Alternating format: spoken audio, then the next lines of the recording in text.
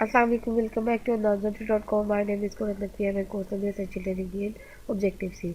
इधर मैंने मल्टीपल जो इफ स्टेटमेंट से फाइंड कर लिया। अगर आपको चाहिए तो एक्सरसाइज फाइल में कोड अवेलेबल है।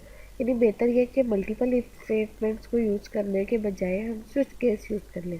यानी ये नहीं तो ये नहीं तो ये नहीं तो ये, क्या एक तो हमें गेट ऑफ रेट मिल जाएगी। यानी एक मल्टीपल इफ से सिंपल स्विच लिखेंगे तो आपको एज इट इज आपको पता है कोड जो है फर्दर सारा आपको खुद ही बता देता है। अब इसमें स्विच का कीवर्ड तो है साथ तीन कीवर्ड चार और हैं। यानी एक केस का, एक डिफ़ॉल्ट का और एक ब्रेक का।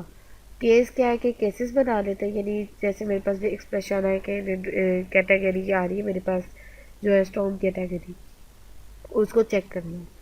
अब केसेस में है भाई, केस वन में क्या वो ग्रेटर देन 4 है तो क्या हो ग्रेटर देन 1। केस वन में मैं सपोज इफ़ की जो पहली वाला है and slow continue time to get in dose, तो वो जो है मैं कॉपी करके इसके अंदर पेस्ट कर दूँगा। वो स्टेटमेंट एज इसके अंदर जो है आ जाएगी। ब्रेक का कीवर्ड क्या करेगा, जब ये कम्प्लीटली एग्जीक्यूट हो जाएगी तो ब्रेक का कीवर्ड उसको कम्प्लीटली एग्जिट कर देगा और बाकी लाइन ऑफ कोड जो है कमेंट वाला जो मेरा है उसको जो है सम टाइम लेटर में यूज़ कर देगा, यानी उसको रन करेगा। तो अगर मैं इसको चाहूँ तो इसी तरह मल्टीपल एक केस बनाया, दो केसेस जितने मेरी इफ स्टेटमेंट है मैं उनके लिए केसेस बना रही हूँ। केस टू बना लिया, केस टू के लिए बना। लेकिन अगर आप देखें केस थ्री बनाया तो उसके लिए मैंने कर दिया जब केस फोर और फाइव की बनी। यानी कहता है कि strong category is equals to 4 और strong category is equals to 5। तो इसको कैसे हम डील करेंगे, एक तो केस 4 बन गया, एक केस 5 बन गया। 4 के बाद अगर ये 4 हो या 5 हो तो स्टेटमेंट उसकी एक ही है। यानी मैं कहती हूँ कि केस 4 के बाद केस 5 और यानी ये क्या करेगा, केस 4 के ऑटोमेटिकली जो है वो उसके अंदर लिख देगा। इसी तरह ये स्ट्रॉन्ग कैटेगरी लेस देन 1 और स्ट्रॉन्ग कैटेगरी ग्रेटर देन 5, यानी अगर 0 से यानी 5 से बड़ा है तो उसके क्राइटेरिया नहीं आता तो ये डिफ़ॉल्ट के अंदर चला जाए कि ऑटोमेटिकली जब हमारा क्राइटेरिया फुलफिल नहीं हो रहा तो डिफ़ॉल्ट के अंदर वो जाके मैसेज प्रिंट करा दे। सिंपली ब्रेक को जेन में रखना है।